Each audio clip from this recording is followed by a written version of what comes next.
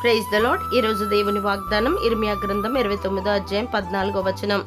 నేను మిమ్మల్ని చెరలో నుండి రప్పించెదను. ప్రియ దైవజనమా, చెర అనేది బానిసత్వమునకు, శ్రమకు, నిస్సహాయతకు, బంధింపబడిన స్థితికి సాదృశ్యముగా ఉన్నది. అయితే చెరలో ఉన్న నీవు, దేవా చెరలో నుండి మమ్మల్ని రప్పించుము, మేము రక్షణ నందునట్లు నీ ముఖ కాంతి ప్రకాశింపజేయమని ప్రార్థన చేయుచున్నావా? నిత్యముగా దేవుడు నీ మనవి అంగీకరించి ఉన్నాడు.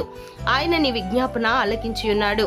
నిత్యముగా నీ దేవుడు నీ ఎడల జాలిపడి, నన్ను నేను మీకు కనపరుచుకుందును, నేను మిమ్మల్ని చెరలో నుండి రప్పించెదను, నేను మిమ్మల్ని చెరపట్టి ఏ జనుల్లోనికి, ఏ స్థలములోనికి మిమ్మల్ని తోలి వేసితనో ఆ జనులందరిలో నుండి, ఆ స్థలములన్నిటిలో నుండి మిమ్మల్ని సమకూర్చి రప్పించదనని చెప్పుచున్నారు. ఆయన మిమ్మల్ని చెరలో నుండి రప్పించి మిమ్మల్ని సమకూర్చిన తర్వాత మిమ్మల్ని నడిపించి నిజముగా భూమి మీద నున్న జనులందరి దృష్టికి మీకు ఖ్యాతిని, మంచి పేరును తెప్పించును.